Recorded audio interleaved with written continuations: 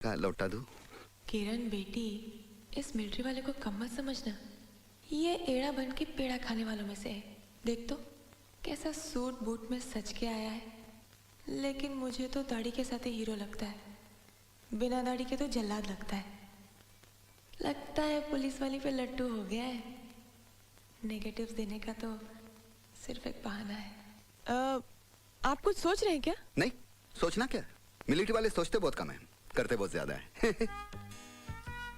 लगता है आज इरादा करके ही आया है। अगर ये सचमुच मुझसे प्यार करता होगा तो इसे साबुन देने के बहाने बाथरूम में बुलाऊंगी। अगर ये आया तो समझो फिसला, और यस, नहीं तो नो। नहीं, नो मतलब मैंने कुछ मांगा ही नहीं अभी तक। नो किस लिए?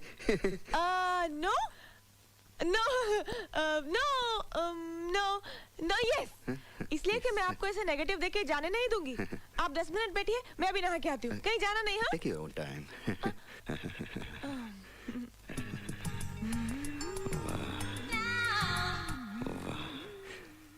क्या बारूद है, एक ही धमाके में फिट हो जाऊंगा। आज तो कुछ बात करके ही रहूंगा। अगर मामला फिट हो गया तो पूरी रेजिमेंट में हंगामा मच जाएगा। वाह, अजीत आर्या क्या बीवी लाया है। यस यस यस, मैंने तो कुछ कहा भी नहीं और आपने यस कह दिया। यस मतलब मैं चाय पी के जाऊंगा। यस, आप नहा लीजिए इत्मीनान से, नो प्रॉब्लम। केला रे केला। लगता है पुलिस वाली बाथरूम में ही पिघल गई। हिस।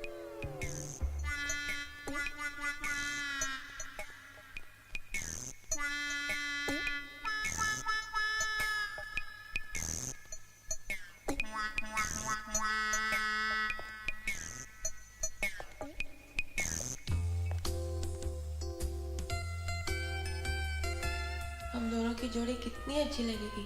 तो मिलिट्री में, मैं पुलिस में, दोनों वर्दी वाले, दोनों वर्दी पहन के काम पे जाया करेंगे। और हमारे 2 बच्चे होंगे। हाँ, हम एक को मिलिट्री में डालेंगे, एक को पुलिस में। एक को मिलिट्री में, एक पुलिस में। एक मिलिट्री में, पुलिस में। मिलिट्री में, पुलिस में। मिलिट्री में, पुलिस। आइए ना। नहीं, मैं नहा के आया हूँ, आप नहा लीजिए।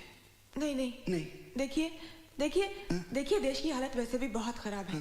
मिलिट्री वालों को और पुलिस वालों को हर काम साथ साथ मिलकर करना चाहिए। हाँ, बहुत जरूरी है। यस हाँ यस यस, आइए ना। यस।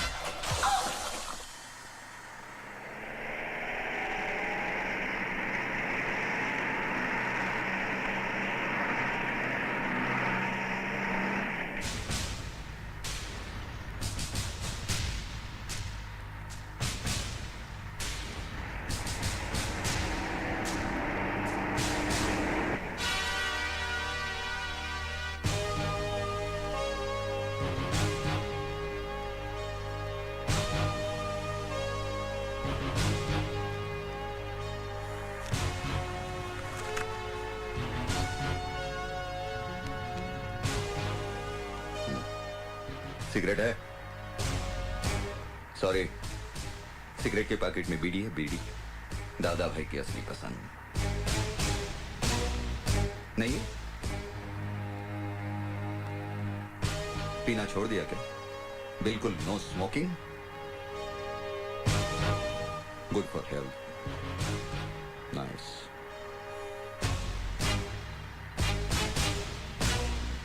बकबक करना भी छोड़ दिया क्या? हैं? अरे भैया हथौड़ा, यूं चुप रहने से कोनो फायदा नहीं होवत। अब जहां जा रहे हो ना, वहां ऐसा आदर सत्कार किया जाता है कि गूंगे भी गजल ठुमरी गाना शुरू कर देते हैं।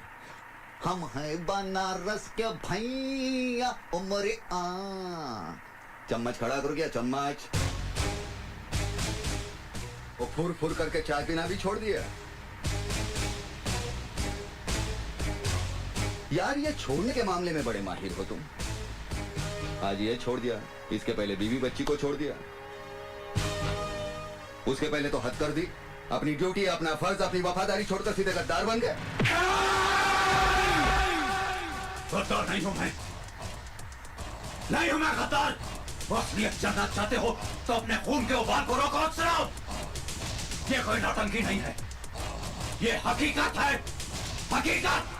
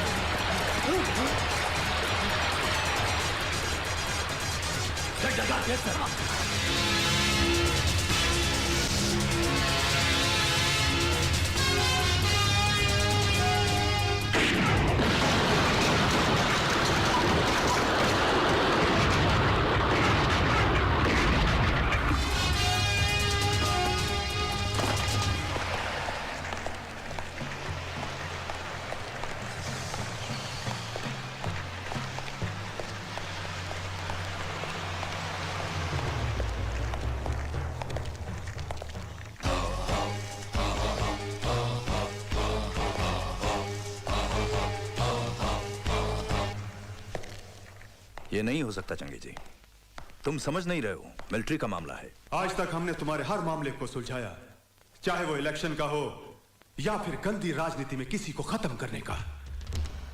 याद है इस राज्य में आतंकवाद को फैलाया किसने, उसे पैदा किसने किया? बस तुम अब शॉर्ट में समझो, हमको ज्यादा समझाने का आदत नहीं है। उन चारों को किसी भी कीमत पर छुड़ाना होगा। और हाँ, उन चारों में एक मेरा छोटा भाई शकूर भी है, जो हमारे जिगर का टुकड़ा है।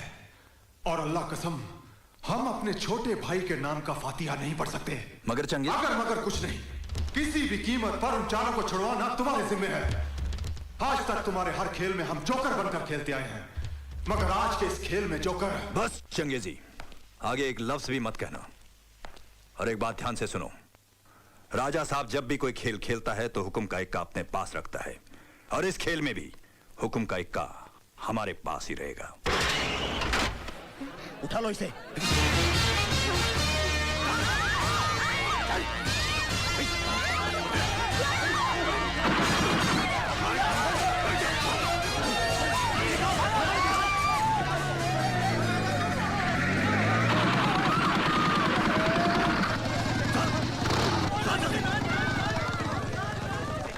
आतंकवादी द्वारा मंत्री की बेटी का अपहरण, आज की ताजा खबर, आज की ताजा खबर। आतंकवादी दिन दहाड़े मंत्री की बेटी को उठाकर ले गए, आज की ताजा खबर, आज की ताजा खबर। केंद्रीय मंत्री वीरभद्र सिंह उर्फ राजा साहब की बेटी भारती को आज उग्रवादियों ने कॉलेज के ग्राउंड से ही उठा लिया और बदले में उन 4 खूंखार आतंकवादियों को रिहा करने की मांग की, जिन्हें हमारे भारतीय जवानों ने जान की बाजी लगाकर गिरफ्तार किया था। इस मामले ने अब गंभीर मोड़ ले लिया है। इसका फैसला करने के लिए कार्यवाही कमेटी की मीटिंग कल दिल्ली में होगी। वीरभद्र सिंह जी, आप कैबिनेट कक्षा के सीनियर मंत्री हैं और आपके पीछे एक बहुत बड़े देशभक्त फैमिली का नाम भी जुड़ा है। माफ कीजिए मगन भाई, ये देशभक्ति, समाज सेवा, कानून, ये सारे अल्फाज किताबों में बंद ही अच्छे लगते हैं। अब आप ही मुझे बताइए, आप और आप जैसे चंद सीनियर पॉलिटिशियंस को छोड़कर आज के पॉलिटिकल फील्ड में कोई भी ऐसा आदमी है जो इन चीजों पर विश्वास करता है और इन पर अमल करता है? Let's be practical. आज राजनीति एक धंधा बन गया है, धंधा। इसका मतलब उस मिशन में हुई हमारे फौजियों की कुर्बानी बेकार जाएगी? देखिए, फौजियों के साथ मेरी बेटी को कंपेयर मत कीजिए। किसी भी हालत में मैं उन 4 टेररिस्टों के लिए अपनी बेटी को कुर्बान नहीं कर सकता। क्या जमाना आ गया है, लगता है महात्मा जी की बात सच होगी।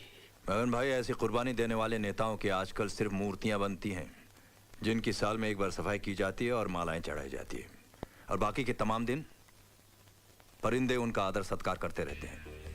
एक बात और मैं आप सबको बता दूं, आज मैं आप लोगों का भाषण सुनने नहीं आया हूं, मुझे फैसला चाहिए, वो भी मेरे फेवर में। ये तो सरासर ब्लैकमेलिंग है। ऐसा ही समझो।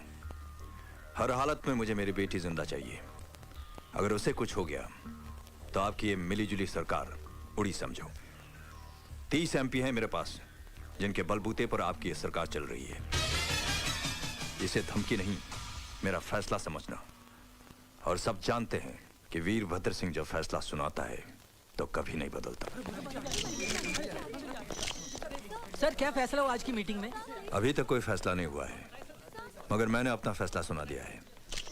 एक बेटी तो क्या, अगर मेरी 10 बेटियां भी होती तो मैं उन सबको अपने देश के लिए कुर्बान कर देता। इन आतंकवादियों को इस मुल्क से हमेशा के लिए खत्म करने की कसम खाई है मैंने। और ऐसे मौके पर अगर हम जैसे लीडर झुक जाएं तो इस देश की जनता का क्या होगा, इस देश का क्या होगा? सर, एक मिनट। सर रुकिए तो। सर, फिर कमेटी का फैसला क्या होगा? अब फिलहाल उसके बारे में मैं कुछ नहीं कह सकता। हाईकमान का जो भी फैसला होगा वही हमें मंजूर होगा। केंद्रीय मंत्री राजा साहब की बेटी के किडनैपिंग केस में आज अचानक नया मोड़ आया, जिससे राजनीतिक गतिविधियां और तेज हो गयी।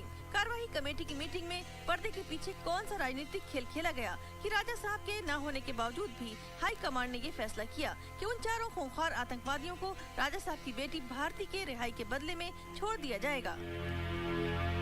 इस मामले में हमारे दिल्ली के संवाददाता की एक रिपोर्ट। मनोज, क्या तुम बता सकते हो कि चारदीवारी के पीछे खेले गए इस खेल का असली हीरो कौन हो सकता है? राजनीति में कुछ भी हो सकता है, मगर यहाँ दिल्ली में ऐसी अटकलें लगाई जा रही है कि गवर्नमेंट गिराने की धमकी देकर राजा साहब कोई खतरनाक खेल खेल रहे हैं। मगर इन सारी बातों पर अब तो पर्दा पड़ा ही रहेगा, क्योंकि आज रात को ही उन 4 आतंकवादियों को छोड़ दिया जाएगा और भारतीय अपने घर वापस लौटेगी और उसकी इस वापसी का राज हमेशा राज ही रहेगा। मनोज बाजपेयी, नई दिल्ली, आज तक।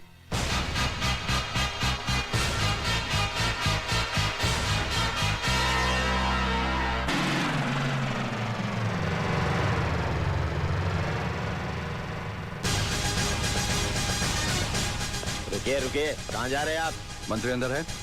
मैं उनके घर गया था तो पता चला कि वो यहाँ पर है। साहब की जब तबीयत खराब होती है तब वो इस फार्म हाउस में आराम करने आते हैं। उनसे यहाँ कोई नहीं मिल सकता। कोई मिले या ना मिले, आज मैं तुम्हारे साहब से मिलकर ही जाऊंगा। आप किसी भी कीमत पर अंदर नहीं जा सकते।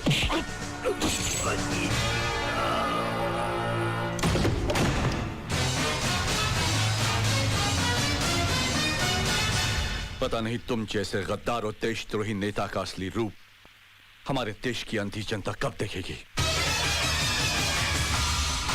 कल तक तो टीवी इंटरव्यू में बड़े बड़े भाषण दे रहे थे कि मेरी एक बेटी तो क्या, अगर मेरे 10 संतान भी होते तो मैं उसे देश के लिए कुर्बान कर देता। और एक ही दिन में सब कुछ बदल दिया, करवा दी उन 4 कमीनों की रिहाई अपनी बेटी की जान के बदले में। अरे शर्म आती है मुझे तुम जैसे गंदे नेता को देखकर। मेजर, तुम अपने हद से आगे बढ़ते जा रहे हो। जब एक फौजी की खोपड़ी गर्म हो जाती है तो अपनी हद ही क्या, दुश्मन की सरहद भी पार कर जाता है।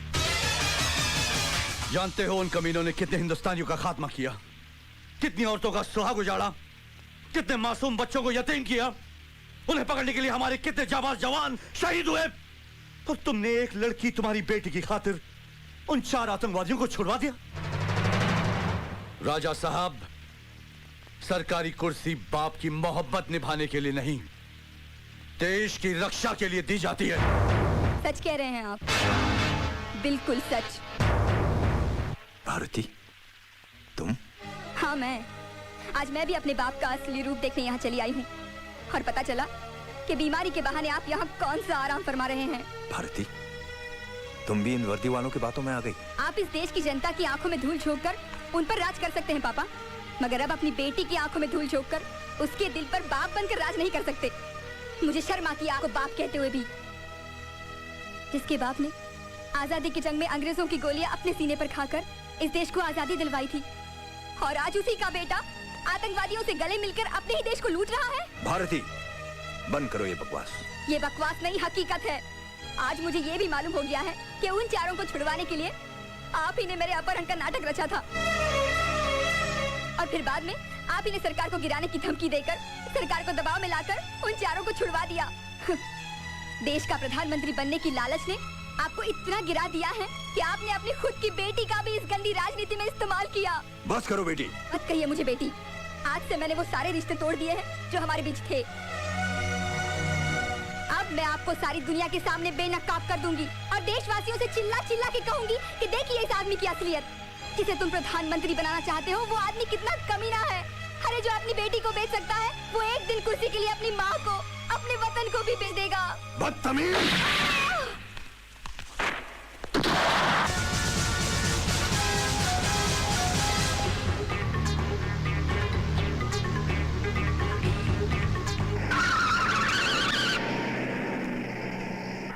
वीरभद्र सिंह आतंकवादियों से मिला हुआ है sir. What? That's not possible. उसने अपनी बेटी को भी मार दिया सर, अपनी असलियत छुपाने के लिए। जी हाँ, वो इस वक्त मेरे कब्जे में, मैं उसे हेडक्वार्टर ले आ रहा हूँ सर।